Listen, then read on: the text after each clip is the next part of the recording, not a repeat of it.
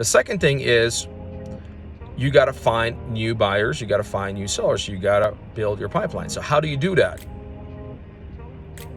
Well, the one place, and I've been a huge proponent of it for many, many years, is open houses. You got to do open houses. Well, some agents say, well, Alan, open houses, I didn't get anybody this week, I didn't get anybody last week. Who said that every single time you're doing an open house, you got to have an army of people there? I've done many open houses where I did not have a soul. I would have just one, maybe lender that would show up.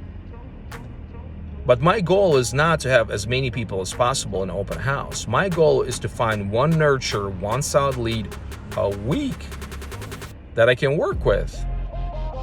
That's it. But open house is still one of the most effective ways, one of the best ways, the least expensive ways right now that you can get in front of buyers and sellers and build your pipeline.